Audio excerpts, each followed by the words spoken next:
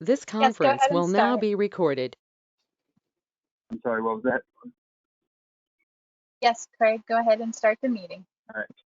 I'd like to call the DPAC meeting to order. Before we get started, I'll read the statement. Due to the nature of the declaration of the state of emergency due to the novel coronavirus pursuant to code 2.2-3708.2, this meeting is to be held by electronic communications via the web platform GoToMeeting. The catastrophic nature of this declared emergency makes it impractical and unsafe to assemble a quorum in a single location, and the purpose of this meeting is to discuss or transact the business statutorily required or necessary to continue operations of the public body. With that, I'll turn it over to Adam for a roll call. Thank you, Mr. Chair. I'll go ahead and mark you as present. Next, we have from Stafford County, Brian Gooch. Here. From King George County, Chris Clark. Present. The City of Fredericksburg, Jamie Jackson. Here. Spotsylvania County, Jacob Pastwick. Good evening. Here. From VDOT, Linda Lassup. Hi, I'm here. Thanks, Linda. From PRTC, Joy Harms.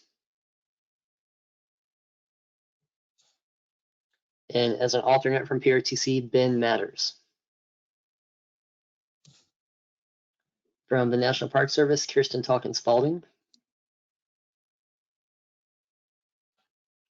From GWI Connect, Lee Anderson. Present. From Friends of the Rappahannock, Adam Lynch. From the Disability Resource Center, Deborah Foltz.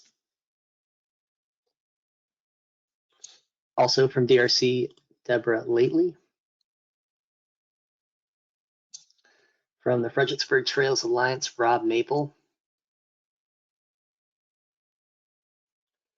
From the Potomac Heritage Trail Association and Friends of the Dog Railroad Heritage Trail, DRHT, Jim Lynch.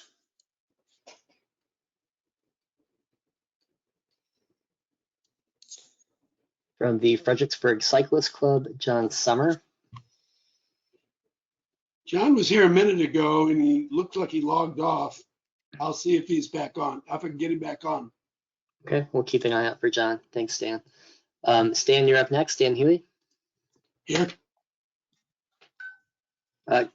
Caroline County Citizen Representative Kevin Whiteman.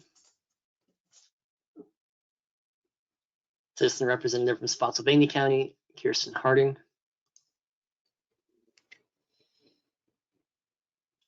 From Stafford County, Stephen Littlewood. Also from Stafford County, Yamina Jordan. And last but not least, an at-large representative, John Leischer. All right, Mr. Chair, that is it for roll call. Thanks. All right, thank you, Adam. Next item of business will be the approval of the June 3rd, 2021 BPAC meeting agenda. Is there a motion out there? Unless staff has an addition, I move to accept the agenda as presented. Chris Clark, King George. I'll second Brian Gooch. All right, all in favor to accept the agenda? Aye. Aye. Any opposed? All right, Jamie motion passes. Jackson, abstention. I was in at the last meeting. Okay, thank you. Next item of business would be the approval of the April 1st, 2021 BPAC meeting minutes. Any discussion on the minutes?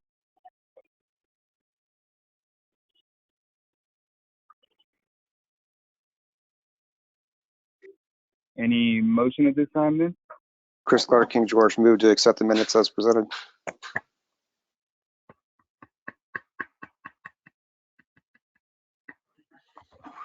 I'll second again, Brian Gooch. All right, motion to accept the minutes. All in favor? Aye. Any opposed? Just Jamie Jackson abstaining again. All right, thank you. All right, the next item on the agenda would be the public comment. Anyone that is not on the committee and is from the public, now would be the time to make a comment.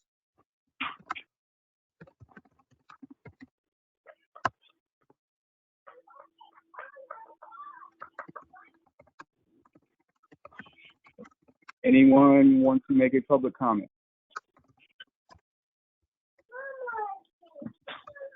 No All right, public with comment, Mr. Chair, but if I may interject, a couple of folks did show up after roll call was called. I apologize. I fought a computer after a power outage. My name is John, and I'm with the bicycle or Fredericksburg Bicycle Club. John Summer. All right, thank you. One more time for public comment. Anyone from the public not on the committee that would like to make a comment at this time? All right, with that, I'll close the public comment period. The next item on the agenda would be the administrator report. Mr. Olin. Thanks, Mr. Chairman. I assume you can all hear me fine. There are just two items in this administrator's report that I have for you this evening, and I'll ask for the next slide to go up.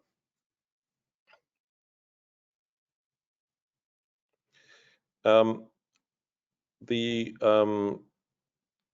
funding that we've got for projects in our region that we should note come out of the CTB, the Commonwealth Transportation Board's 6-year improvement program, which was published at a recent board meeting.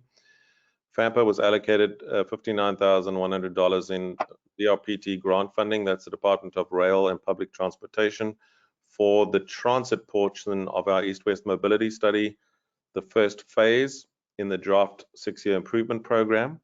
And the Policy Committee of FAMPA has also approved an initial $125,000 for phase 2 of the East-West Mobility Study for roadways, bike, ped, and engineering work for all modes. All of this funding is for a study, and the study is called an interregional multimodal East-West Mobility Study. And the idea here is to look at how people and goods move east and west through our region.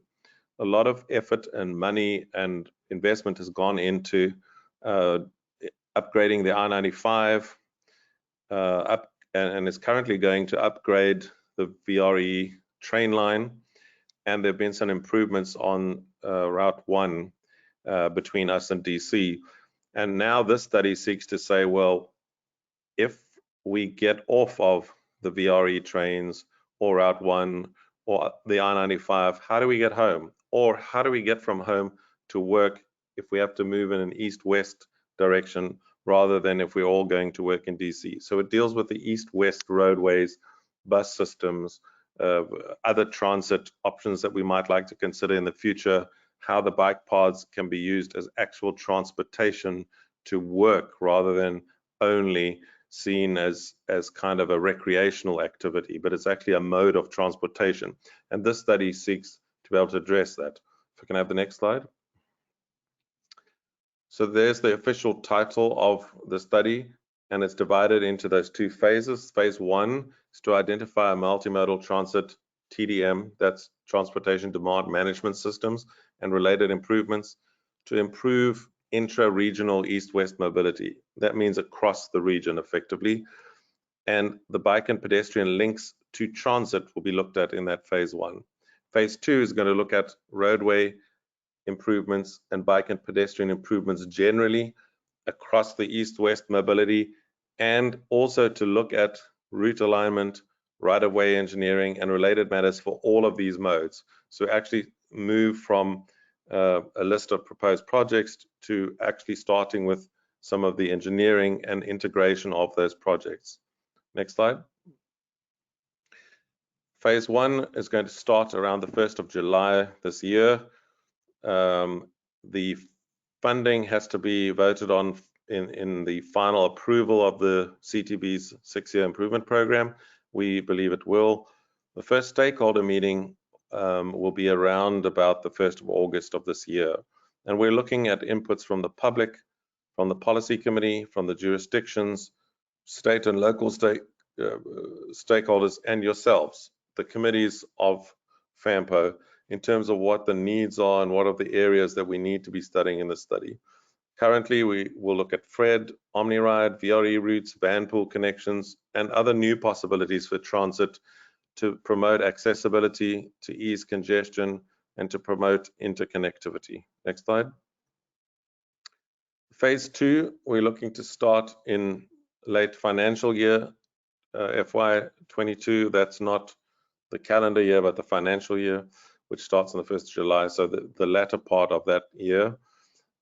We'll use the same stakeholder group that we're going to use in phase 1 for phase 2 so that it's common, and our stakeholders will be able to give inputs the whole way through this process as to what things are workable and not workable and so on. Some issues that we need to look at are obvious, such as congestion on key roadways. We're also going to look at questions of accessibility. How difficult is it for people to get to work, to get to school, to get to college, or wherever they need to go on a regular basis? And we are going to take the recommendations and follow them with right-of-way engineering where applicable for all modes of transportation in our region. Next slide.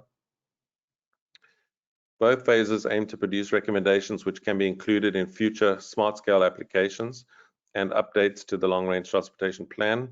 And the recommendations should lead to funding applications and recommendations to state partners, and local jurisdictions. The funding is very specific, and we've got to use it very carefully. So the DRPT, Department of Rail Public Transportation funding, and the 5307 funds can only be used for transit and is restricted to urban areas. The alternative funding that we've got is from the Highway Improvement Program, and that funding can cover other modes. It can cover roadways, for example. It can be applied to look at bike and pedestrian trails and other developments, including the engineering for these different modes to create implementable recommendations from the transportation study. Next slide. Public participation. We're looking at 3 different ways of having public participation. First, initial inputs on the problems experienced currently. We're looking at the FAMPO committees, including yourselves, and we're going to create a stakeholder group for the study, including our jurisdictions, state and federal partners, and also the general public. And in terms of the general public, you'll hear from colleagues probably tonight about our survey that we're currently running, and that survey asks a number of questions about transit, bike and ped, and roadways, and where improvements should be located, where people have difficulty accessing things. And that study those study results will also be included in our East-West mobility study in terms of where problem areas exist currently. Second, the next part of public participation will be the phase 1 recommendations, whatever those are. We will look at the public's comments on those phase 1 recommendations. Those are the transit recommendations, and also on the phase 2 recommendations, roadways and bike and ped recommendations, and ask for public comment on those particular recommendations as well. Initial requests will be to identify congestion problems and accessibility problems for all modes of transportation, to inform the general scope of our study and the work that will be done. And work will be performed partly by FAMPO staff and partly by consultants that we will bring on board later to assist with some of the technical aspects, such as modeling, if we need to model, for example, the traffic impacts of various proposals that are put forward in the study. Next slide. So I said there were 2 things that I would share tonight. That was the first one, the East-West mobility study, the funding that we've got, and how the study is planned to be rolled out. The second one is the extension of the DC Metro into Quantico. Effectively, it's being branded as a DC Metro extension, but it is practically looking at all transit opportunities to move people from Quantico, which is right on our borders, partly in Stafford County, partly outside of our region, and how to move people with transit back and forth between DC. Next slide. These slides are from the Department of Rail Public Transportation to just show you the options, and I'm going to go through them very quickly. This is the yellow line. If you look at the greeny yellow stripe on that map, that is where the proposal is if they were to extend the yellow line right up to the Fampo border in Quantico. Next slide. That's the route if they were to use the blue line. You can see it goes very specifically to the Potomac Mills development and then possibly south to Quantico. Next slide. This is to have a possible bus rapid transit alternative to do pretty much the same thing to extend the connection south. Next slide. And this would be using the Virginia Rail Express track that it already exists and upgrading it further and putting additional trains, etc., to have even more commuter rail than is currently planned. Next slide. And then there finally is an option to use express buses, the kind of buses that OmniRide currently would have, and to run express buses from the Quantico region into DC instead of running, say, the metro line extension, because that infrastructure is quite expensive. Is that my last slide? I think there's one more. Okay, the person to contact for people who are particularly interested in this metro line extension, Tim Roseboom at DRPT is the guy. There is his email address and telephone number, and Cambridge Systematics, KFH, and PRR are the consultants that are assisting with the study. It's quite a major study that they're undertaking, and all the way along they've been asking for public comment and inputs on all of these different options that they're proposing to assist with moving people from the borders of our region into DC. So I just thought I'd share that with you so that you're aware of what's going on close by to us, which might help inform how we develop our transportation options. So thank you very much, Mr. Chair. That's my presentation. Happy to answer any questions that folks have, but I'm done. All right, thank you, Ian. Does anybody have any questions before we move on? A couple questions. What are your time parameters on the phase 1, phase 2 of this East-West study? So we're beginning, as you saw on the slides, to start on the 1st of July, and we're looking at the first stakeholder meeting around about the 1st of August, and 12 to 18 months to complete it. We would like to start phase 2 before phase 1. Let me put this another way. Before the transit portion of the study is 100% complete, we'd like to start the roadway study. So probably in the first or second quarter of next year, we would like to start the phase 2, which then includes roadways, bike and ped, and the other things. And again, 12 to 18 months to finish phase 2 as well. So that's kind of the rough time frame. So I don't know whether that answers the question. Yeah, no, I saw when it starts, but I didn't know how. I couldn't tell from the charts how far it stretches out. The second aspect is probably a bit general, and I'm thinking maybe in different terms, but what are the geographic considerations for the bike ped portion of that? Are you considering more long-term access for people that say cycle to train access and that sort of thing? What's your geographic considerations there, and the practical manifestations of that? Sure. So we're going to obviously ask for your input on what things you think that we should include in that, and please feel free to send Carrie or myself suggestions as to what your concerns are. Effectively, one of the things we'll look at is access to the train stations. There are 4 train stations in our region. Not all of them are connected effectively. So for example, if I was a member of BPAC, I would be trying to find out how we can connect the VCR trail to the Fredericksburg train station, for example, and to downtown Fredericksburg. It kind of just ends at the complex where I live, at the Cobblestone and the Boulevard complex. But I'd like to see that, you know, connected a little better into the train station and have a place to park your bike at the train station, so that if you, for example, live at an apartment or a townhouse along the closer portion of the VCR trail, you can actually cycle to the train station, get on the train and go to work in Northern Virginia, for example. And then you don't need a motor car an automobile to do part of the journey, because you can have this thing connected and somewhere to lock your bike at the train station, as one example. But access to the train stations, and possibly, I know we've got Jamie and others from Fred here, but possibly access to the Fred Transit Center, Fred Central. How can bikes be accommodated in there so that you can connect? So really, how do we use bicycles as a mode of transportation rather than only a recreational activity or an exercise activity? In other places that I've lived, for example, in Cambridge, in Massachusetts, Boston, so many students cycle everywhere, but you need facilities, right? You need somewhere to lock the bike. Perhaps you could even have a bike share facility where you can rent a bike for 3 hours.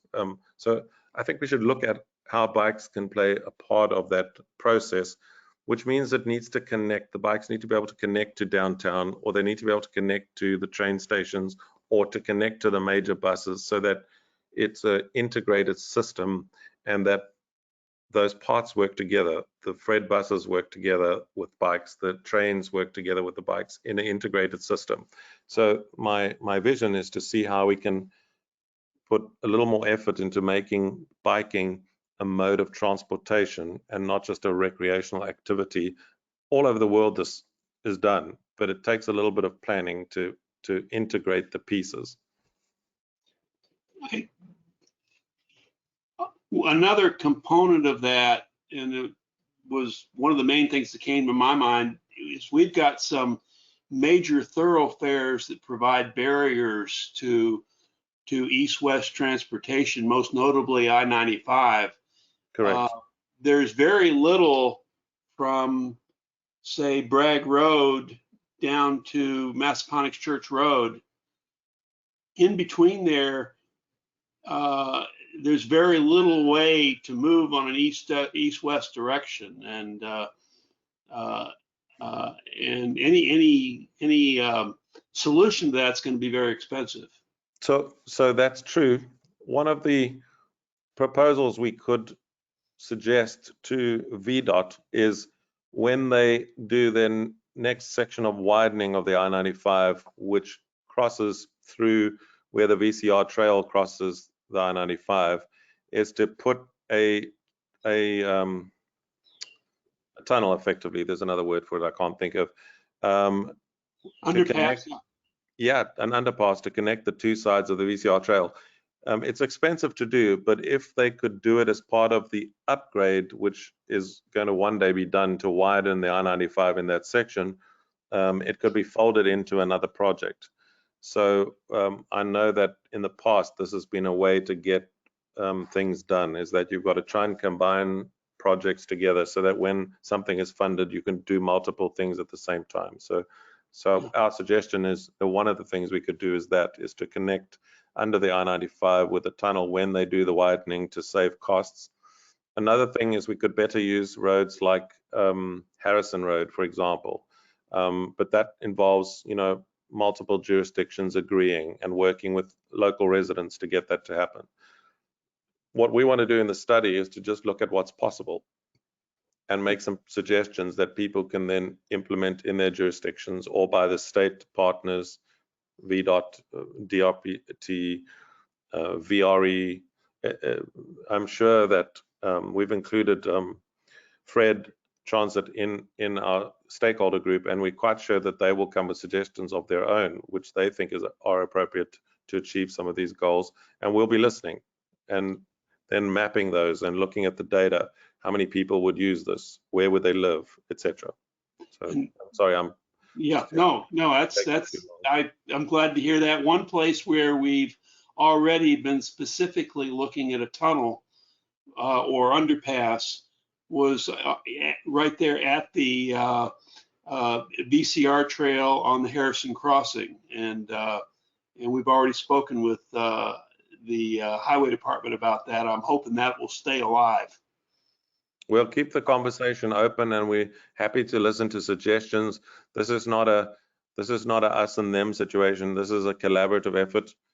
I might prod people to think with some new ideas that they might not have thought about before, but certainly everybody has to give their inputs, and we certainly welcome particularly BPAC's input on problem areas that they've identified that we can look at solving with the study. Thank you, Ian.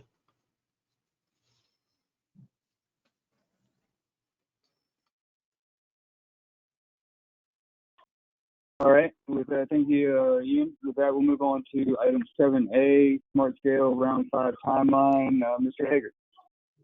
Thank you, Mr. Chair. Just a couple updates at this point. Most of you know that round 4 for Smart Scale just came to a close, and the funding that is slated for round 4 will be in the forthcoming VDOT and DRPT 6-year program. Did want to provide just a high-level kind of overview of where we are and some considerations for jumping into round 5. So we are starting the process a little bit sooner this time around. I think for round 4, we really got going in earnest about September or October. So we're a few months ahead this time. Part of the reason for that is giving VDOT a little bit more time on the back end to get all of the estimates and the sketches done so that we can have everything that we need for project readiness in the portal so that we can have successful applications. We are asking our localities to start getting some ideas together for the regional lists starting next week at our technical advisory committee meeting. So when I say regional list, that is with the George Washington Regional Commission or with us at FAMPO. So the staff is sort of one and the same. We wear different hats at different times as we're working on the applications, but both of the regional lists will be developed initially in concert and then approved and submitted separately, just like last time. VDOT is placing a heavier focus this time on project readiness and ensuring that there are contiguous elements that are of the same improvement type for certain projects. So that's one thing that they've been pretty adamant about in the correspondence that we have received to date, as far as how they're shifting a little bit of the policy for round 5. We don't quite know some of the practical implications of that just yet, as far as how they update the forthcoming technical guidance. But again, the idea of project readiness, having things that are ready to move forward, they've got the studies done, that sort of thing is going to be of utmost importance this time around. We are, of course, happy to provide assistance to our localities and answer questions from the public as we go. So as Jordan scrolls down here, there's sort of a milestone each month that we get to. All of that leads to the initial kind of pre-application submission period, which is about March of 2022. So I know that seems like it's a long way out, but it really goes by quickly. And again, that's part of why we want to spend the next couple months with the TAC, with you guys here at the BPAC, workshopping the initial idea so that we can come together, get some lists, build some consensus, so that when we get to the pre-application period, we have some really solid projects that have been vetted and we can all stack hands on. So again, as we get further out kind of into next year, 2022, and even 2023, that's sort of the latter stages of the overall process that, as many of you know, operates on a 2-year cycle. So with that, I'm happy to take any questions, but we'll keep it relatively brief given where we are in the process right now. All right, thank you, Mr. Hager. Any questions for Adam?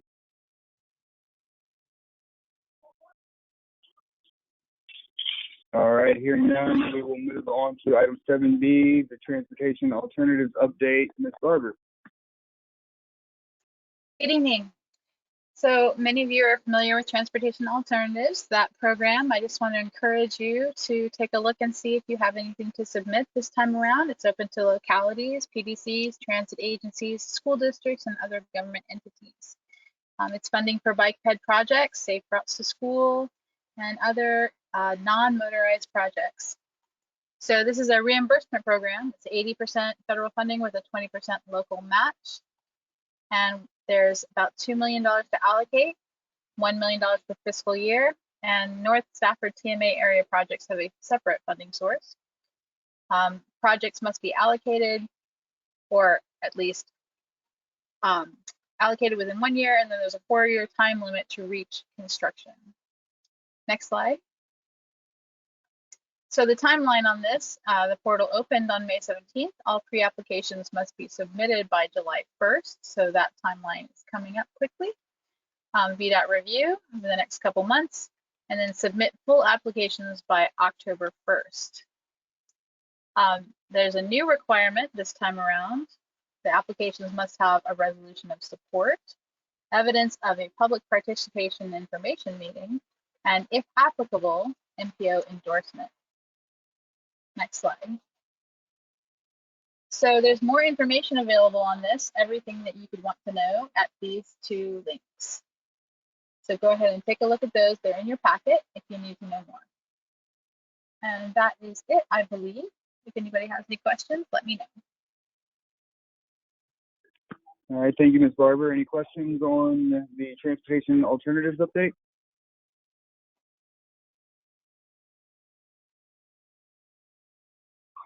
All right, hearing none, we'll move on to item 7C, the Community Engagement and Equity Plan.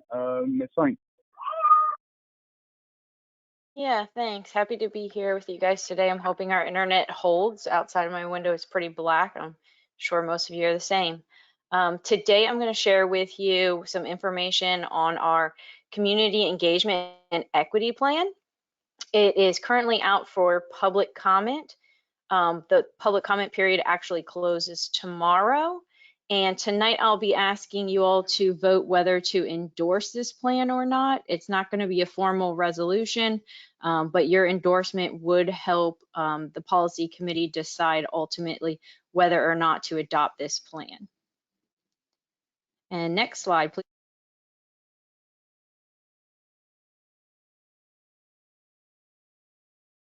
So first, I get a lot of questions about what is equity.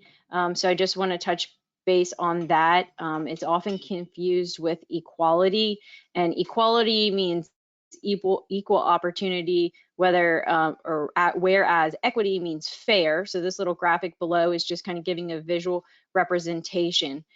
Equity is about lowering the barriers so that people can meaningfully participate in the transportation planning process.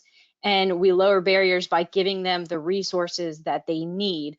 That might look like communication assistance, such as translation services free of charge, meeting people in the community where they are because they don't have a vehicle to come to our meetings, and breaking down other barriers that are a result of marginalization.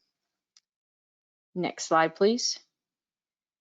So the purpose of this plan, if you have been around the MPO long enough, you will recall that FAMPO currently has what's called a Title VI, and that deals with non-discrimination, as well as a public participation plan. And it's a federal requirement that MPOs have both. So this plan is one master plan combining both of those. And the purpose of it is it really strengthens the transportation decision-making process, because staff will actually have a plan to follow, and this plan is going to have one purpose, and that's to give everyone an opportunity to meaningfully participate. The other purpose of this plan, it's a great resource for committee members. It's a written policy documenting what FAMPO should be doing. And it also provides the public with that transparency of what FAMPO should be doing, and they can be more informed community members and know how they're supposed to participate, how we're supposed to reach out and help them participate. Next slide, please. Let me just give you a brief rundown of what the plan contains. There's one section that gives an overview of all of the different federal non-discrimination laws that FAMPO must follow. Then there's a section that details the actions that FAMPO takes to comply with those federal requirements. There's another section that's for staff to use, and it has goals and strategies that staff will use to bring the public into the decision-making process. And there's also a method included in the plan for staff to develop, document, and evaluate our outreach efforts. And then there's a really small portion in the document that we're going to be able to pull out. It's a concise guide for the public, and it explains the importance of public participation and ways to participate. Next slide, please. As I mentioned, we currently have a plan. There are two separate plans, the Title VI and the public participation. So the biggest difference with this plan is it's one master plan. It also contains some things that our other plans lacked. We've explained the legal authorities and what they are and what our requirements are, and then detailed how we are going to meet those requirements. We've also detailed strategies, our outreach strategies in the plan. We've developed a process to first plan those outreach efforts to make sure that all our strategies, cost benefits analysis, things like that. We hadn't had that in the past. There's a new participation guide for the public, as I just mentioned, little pull out section. And then one of the other changes I really need to point your attention to is we've added language in there that would allow staff to make administrative changes to the document. This is going to be done without formal approval. In the past, when VDOT has asked us to make updates to the plan, we were really confused whether we needed it to go for a full 45-day public comment period just because we had to update one section. So we've put language in there saying that if it's an administrative change, we're just going to let the committees know, go ahead and do that change without doing a formal process. Next slide, please. Okay, as I said, the public comment period actually ends tomorrow, but we really, on your screen is all the different strategies that we've used during these past 44 days. But prior to the start of the public comment period, that's really where we engaged the public. We had a focus group that was comprised of about 20 different community members, and most of them represented hard to reach people in our population. So that was great, and they really helped us develop our strategies. They gave feedback on the plan. So we haven't had any comments from members of the public outside of that focus group and apart from one CTAC member, but we've given the public ample opportunity to review and comment. And the focus group really was instrumental in developing this plan. Next slide, please. Quick timeline. So today we're asking you to endorse or to consider to endorse this plan. CTAC, the Citizens Committee, will next vote to endorse, and then it'll go before the FAMPO Policy Committee at their June 21st meeting, and they'll decide whether to formally adopt it or not.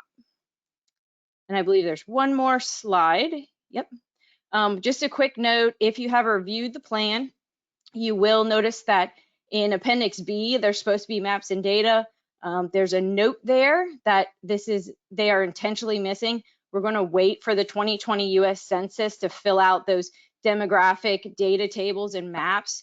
We want to make sure that we're starting this plan off with the most current information there.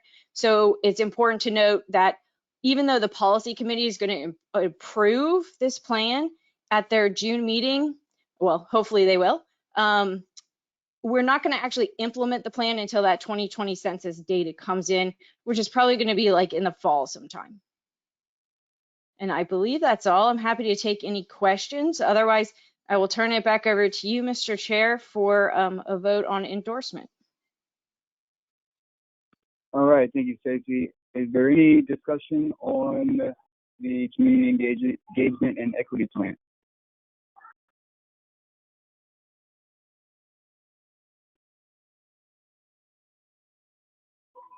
All right, with that being said, we'll need to have a motion to either endorse or not endorse the community engagement and equity plan. I'll accept the motion at this time. I'll Chris motion. Clark. This is Brian.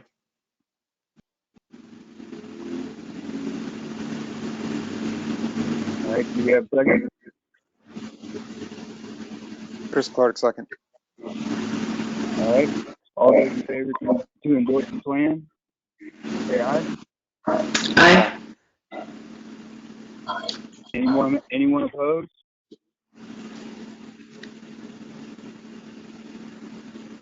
All right, with that, the motion will pass. Do we need to write, Carrie, do we need to write anything on that formally, or is just that endorsement okay? I believe that endorsement will be fine. All right, with that, we'll move to item 7D, Bike Month, today and tomorrow. Ms. Anderson. Hello, everyone. First of all, I'll start out by thanking Carrie for inviting me to speak tonight. My name is Lee Anderson, and I'm with the GW Ride Connect program, and I'd like to talk to you about something I think this group is fond of, and that's bicycling. In particular, how to entice new riders to start biking or bring riders back to bikes, and to use them as a mode of transportation, not just a way to get exercise, as Ian was saying earlier. And Bike Month is a way to do that. So I'd like to talk to you about what we did this year and some possibilities for the future. Next slide. Okay, first I'll start off with what is GW Ride Connect. I think most of you know, but there might be a few who aren't quite sure. We're a transportation demand management program operated by the George Washington Regional Commission. We serve Caroline, King George, City of Fredericksburg, Stafford, and Spotsylvania, and we've been around since 1974. Next slide.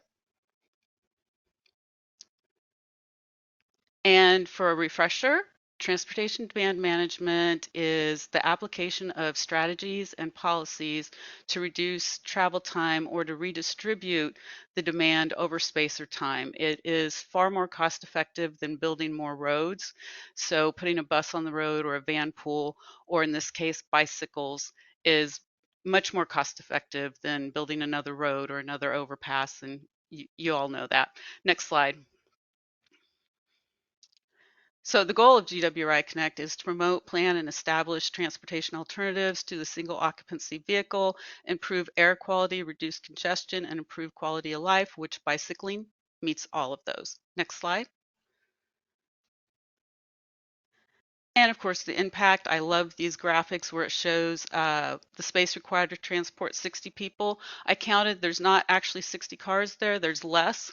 So as you can see, bicycles don't take up near as much space, and they don't provide the damage to roads, and they're just all around a better option. Next slide.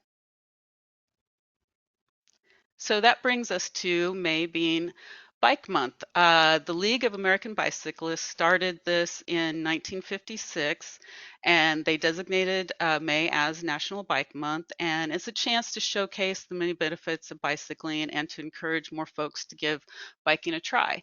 And this year, Bike to Work Day was on Friday, May 21st. Next slide.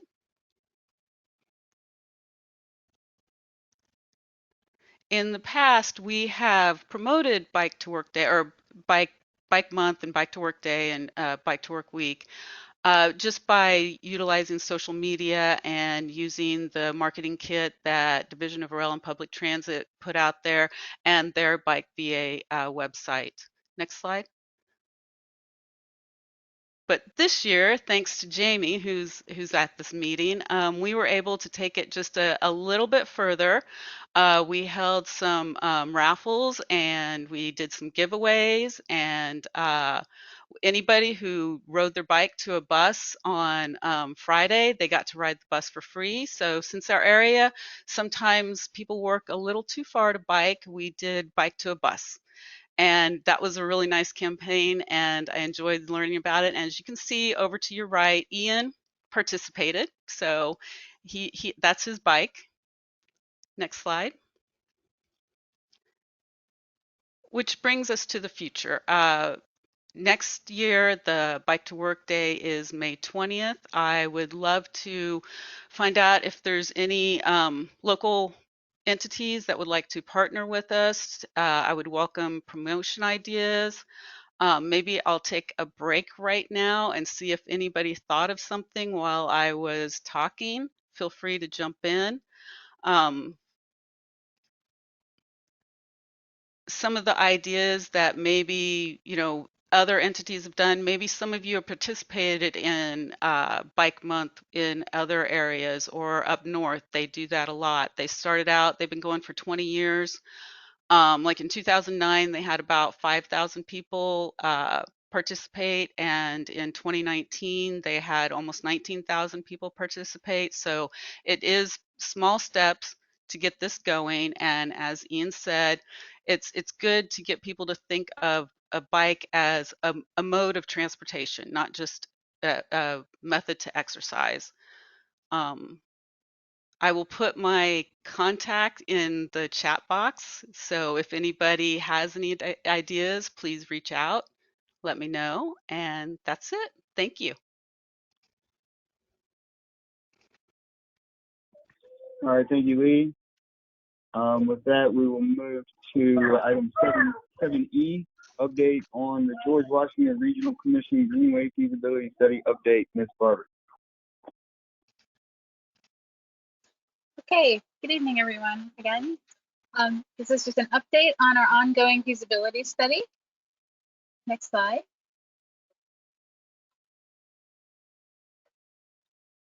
So as many of you know, we've been working on this for the past several months.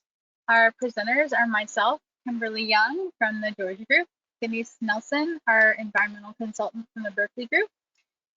Many of you have been our core working group on this project, as well as department heads and organizational leaders from the localities and several other departments, such as DCR, the Department of Environmental Quality, Fredericksburg Green Commission, East Coast Greenway Alliance, and many others. Next slide. So just to give you a review on our grant, our $20,000 grant was awarded to George Washington Regional Commission in August of 2020 by the Virginia Department of Forestry to study the feasibility of a regional greenway system. So our proposal was to develop a vision for the greenway and a method for prioritizing planned trails for future funding sources. We will then use this methodology to develop our list of prioritized trails together as a region. Having a cohesive regional strategy with branding and public outreach will bring economic and tourism opportunity.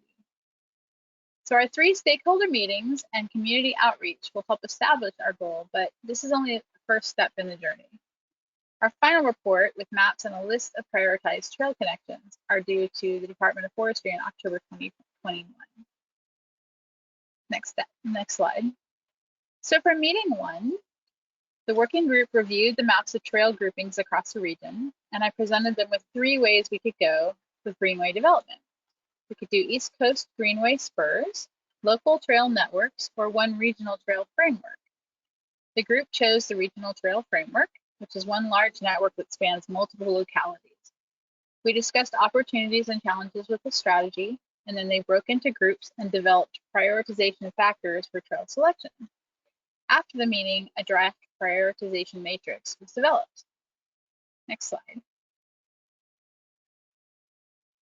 So for meeting 2, the working group reviewed the prioritization matrix outline that I developed after the first meeting, and I presented definitions for each category and showed them how to use the spreadsheet. They then broke into smaller groups and discussed the relative importance of each category and made changes. Then they came together as a large group and reached consensus on the evaluation categories and weights. Then after the meeting, I finalized the matrix and sent it out for everyone's review. Next slide. So this is the matrix that everyone came up with. It's the evaluation categories are feasibility, connectivity, equity, density, scroll down, safety, regionality, and support.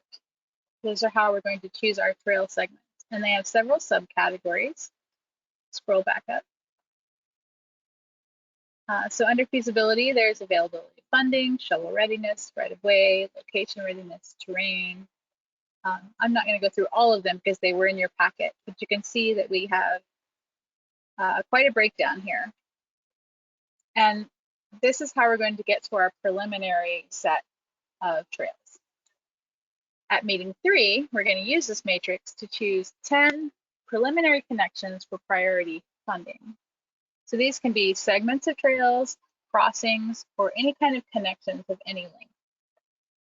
In addition to that, we're going to map a preliminary regional network of trail routes as a group and identify connections for short and longer term projects to pursue funding. We're also going to begin the important process of including the map and the projects in locality and regional plans, such as comp plans and the LRTP. We're also going to discuss funding programs that we can pursue for these projects. Next slide.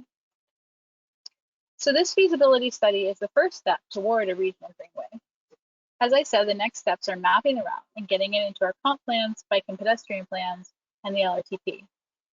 Developing the regional greenway brand with signage and public outreach, perhaps creating a Friends of group for volunteer help, and continuing to develop trail projects and go after funding sources with regional support and cooperation. And that's pretty much it for this. I'm happy to answer any questions.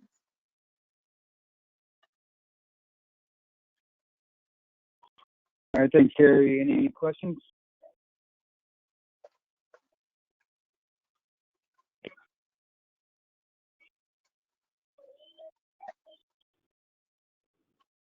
All right, with that. Oh, if I may, this is Ms. Jordan. I just want to say great job. I was a part of the feasibility study and I thoroughly enjoyed participating. And I just want to thank Ms. Barber for inviting us into her feasibility study to participate. I really enjoyed it and think this could go really far. So congratulations. Thank you.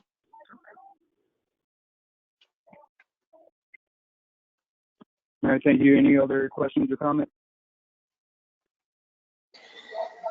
Have we, I know with the ending of the executive orders, have we considered, and I don't know, maybe it's the GWRC FAMPO overall policy on whether or not in-person meetings would come back? I mean, especially with the mapping, I just see challenges of doing that electronically. So right now we are still doing virtual meetings, but I believe, and I can maybe ask Adam to weigh in on this, but I have heard that we'll be returning to in-person meetings at the end of the summer.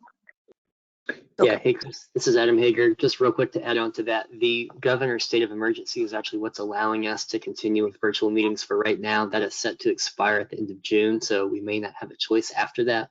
I'll say that the caveat there is that we actually don't have any FAMPO or GWRC meetings the month of July until the July 29th BPAC meeting. So I think as of right now, the plan is to have that in person.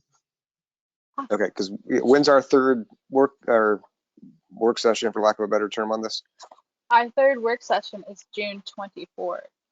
Okay, so before the end of the state of emergency. Okay. Yeah.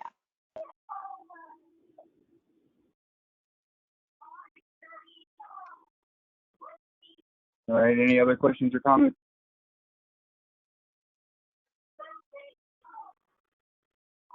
All right, and with that, we'll move on to 7F, ongoing bike ped needs and concerns from the group.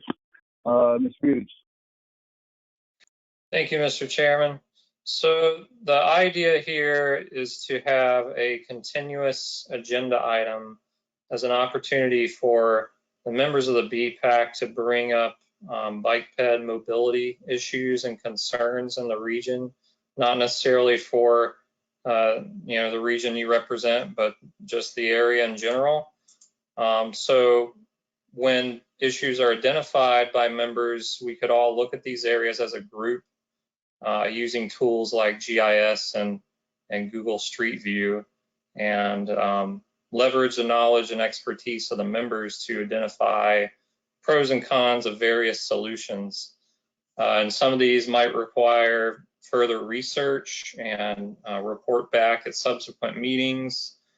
And the discussions could also help inform the development of local and regional plans and help inform requests for funding as well. So that kind of summarizes this. It's not necessarily something we need to get into at this meeting, but just like to get any feedback on the agenda item itself. And we can kick it off if somebody has an issue or concern that they know of in the region that they feel should be looked at, then we could do that as well. So just wanted to open it up for discussion.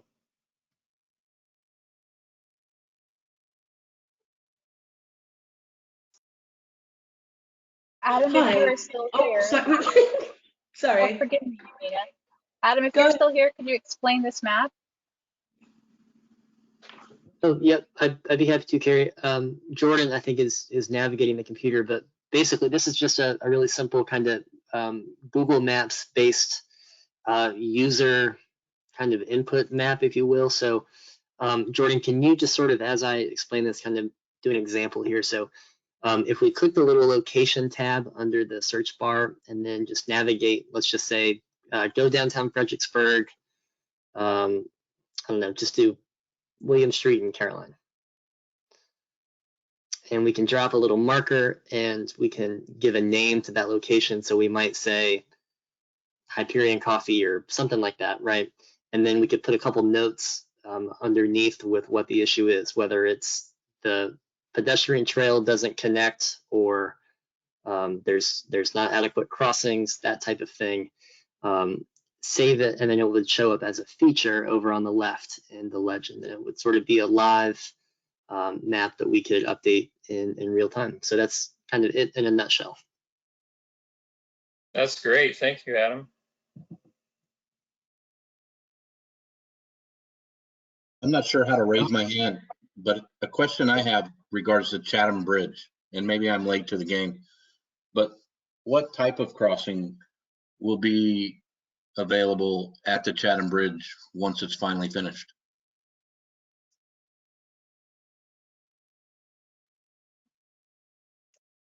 I think any member of us could answer this, but I'm the first one that spoke. So I will let you know that there will be a pedestrian and bicycle shared use path alongside the auto part of the bridge. And there's even going to be a sort of a stop in the middle that's like a place where you can stop and look over the water. And there'll be a barrier there as well, right, Carrie? Yes, yes. Separated from the traffic. Is that 8 or 10 feet or something else?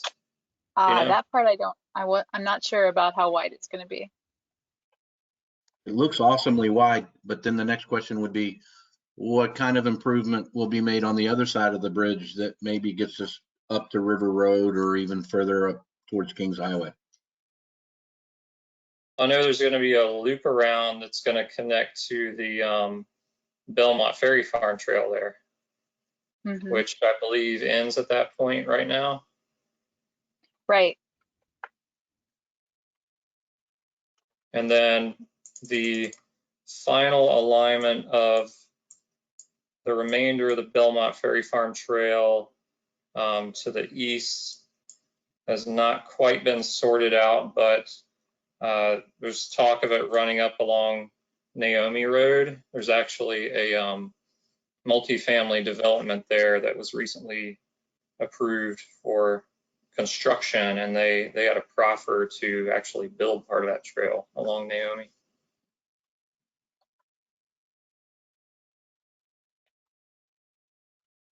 This is also part of the East Coast Greenway route.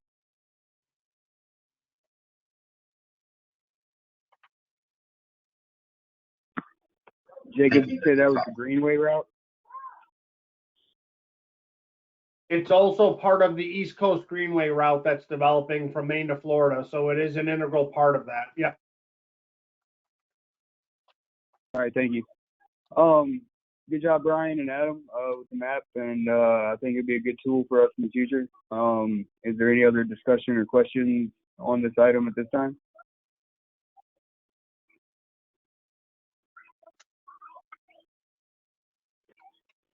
All right. Yes, please. Wait, if I may, if we could zoom into the Stafford Courthouse area where there's that new development. I don't know where it's on. I think it's on maybe Mine Road. It's right by the freeway, by the I-95 exit in Stafford by the courthouse. And there's some clearing of brush there that's happening. Forgive the tangent on this one. But it's I can't recall exactly what road it's on. It's the road that you enter, and forgive me, I'm new at this, so please take it slow with me. And this is, I'll put my video on here. I don't look my best, but yeah, so it's the road that goes to the I-95, that exits and enters, and there's some clearing going on where there's going to be about 1,000 unit development on the side of that road. And I just want to know if there's any plans for like bicycle paths or commuting to the VRE station, or anything like that, if we've even examined that. Does anyone know which road I'm talking about? I'm so sorry. Are you referring to the new road between mine and Austin Ridge Drive? I believe so. Parallel to Courthouse Road. It runs by the Publix. Yes. Thank you. Okay, yeah. Thank you. So yeah, there's wide sidewalks, and I believe even a 8-foot shared use facility along that road. It's known as Sunflower Drive. So on the south side of that, there's going to be commercial development, and then there's going to be some commercial mixed-use development on the north side. Okay. But, so that's all going to tie into what's existing along Mine Road already with the shared use path, and of course that connects into the new path along Courthouse Road that then extends across the new interchange and gets you connected with the park and ride lot.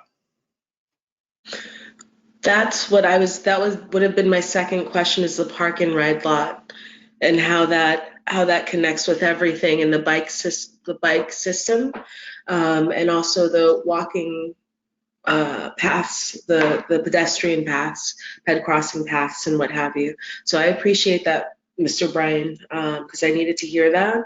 I see development going on there every single day, and there's a lot of clearing of brush in preparation for commercial development.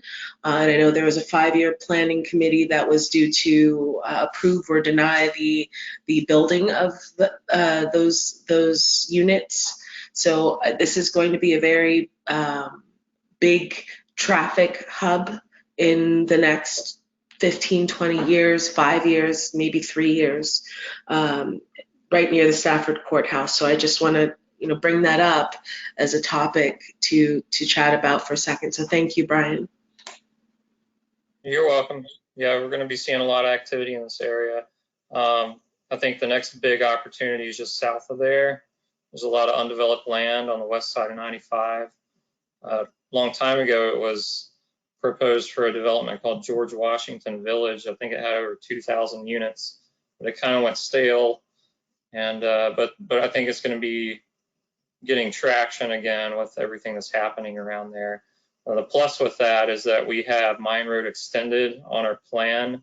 So Mine Road would eventually be extended all the way down to Centerport Parkway. And with that new road construction, there's an opportunity to have a shared use facility along that whole stretch, just like you have along Mine Road right now. Wow, that's really helpful. And where would I go to, forgive me for this, bringing this into the BPAC, but for anyone else who might want to know, what meetings should I attend in addition to the BPAC meetings that would help me further advance my knowledge of what's happening in the courthouse area, in the district, in the county, and not the district, Stafford County? What meetings would I want to attend that would help me pull information to bring to this meeting as someone who's interested in making bike paths, micromobility vehicles, and walking areas more accessible? So can you recommend any additional meetings I should attend? The only thing that comes to mind right now is you're welcome to attend any board meeting and speak during the open comment section, and just voice your support of those kinds of facilities. We do have a couple projects that are going on with the board level right now. Most of that's focused on what we're referring to as downtown Stafford. That's on the east side of 95. Believe the board is going to be considering that item again at their next meeting, which is on June 15th. So there's some bike ped components to that as well, and the potential of a lot of new commercial and residential development just around the courthouse area. So that's one that comes to mind. Otherwise, you could keep an eye out on our posting of new land use cases that come up online. Of course, I'd be happy to keep you in the loop on those as well. But there'd be public hearings associated with any of those too. Okay, and one more question. Sorry, we're looking at the map and I just want to kind of put my thoughts in there, because what else is the point of holding a meeting if you can't voice your opinion and get information for it? So I want to be outward about this. In terms of land use and commercial and residential development, I see a lot of it happening.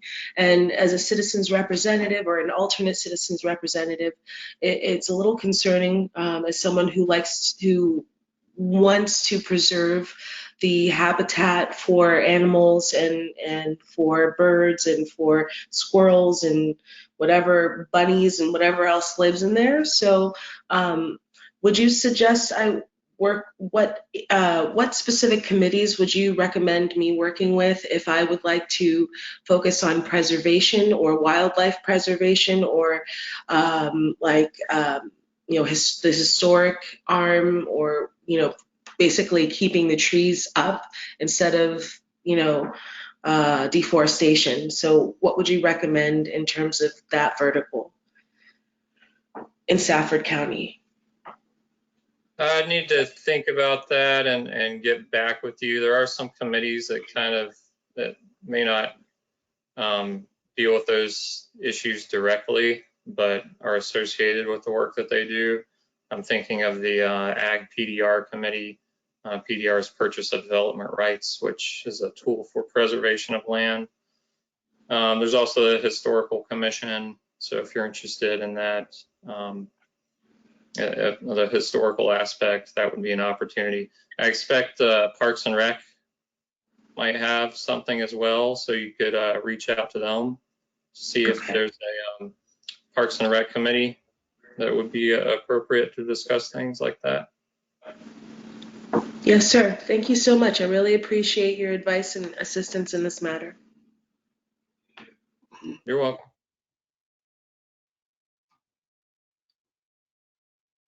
All right, thank you. And Carrie, we'll move on to item 8. Do we have any correspondence?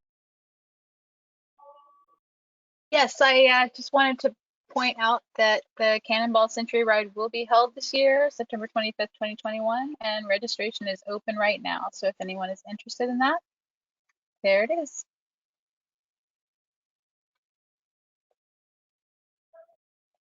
And that's going to be posted?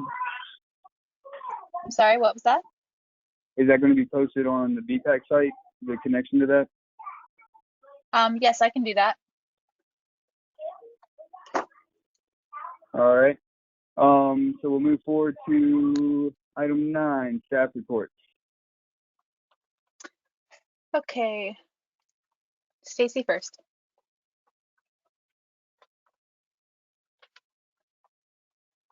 If she's still here, she may have lost her internet.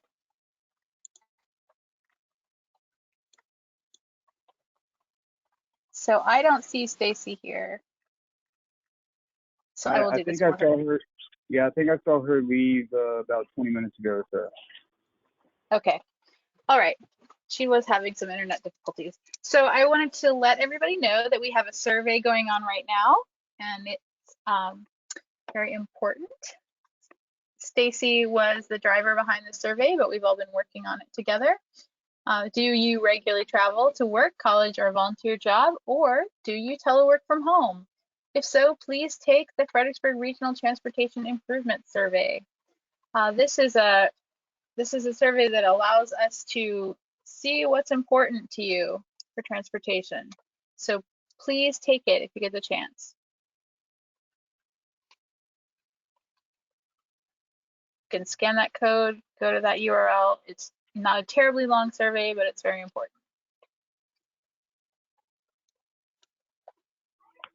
All right, thank you.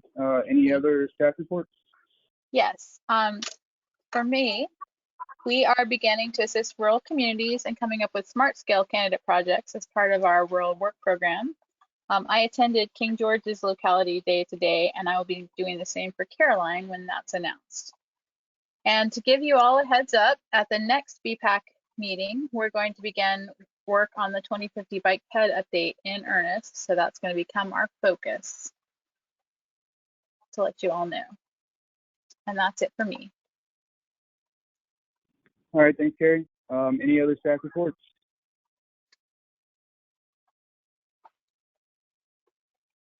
All right, any member reports?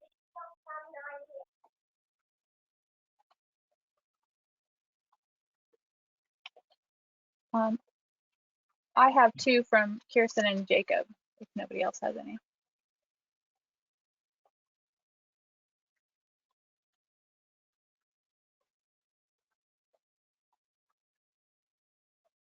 Did you say you had two from Kirsten and Yeah, Jacob?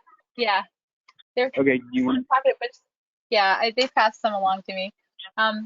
From Kirsten, she wanted to let you all know that there's a chip seal project along Lee Drive. It's scheduled to begin in July. There'll be message boards up and notices posted online about it. It will have some impact for bicycle users, and if the committee members could help spread the word in the bicycle community, that would be helpful. If anyone has any questions about it, they should just contact her directly.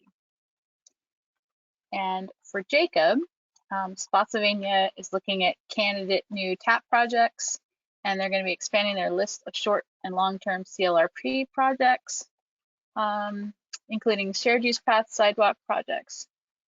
They're having, for greenways, their major focus is on the VCR Trail, the Nye River Trail, the Deep Run Spur, and Spotsylvania Avenue Extension. And that is it for member reports. All right, thank you. No other member report? All right, if not, then I'll accept a motion to adjourn the meeting.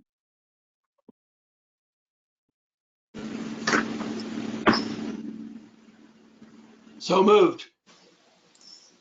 Second. Second. Thank you. All right, all in favor of adjourning, aye? Aye. Any opposed? Motion carried. We'll see you in August, correct, Carrie? Actually, we'll see you July 29th. July 29th. We'll see everybody then. Everybody have a good evening. All right, thank you. Thank you.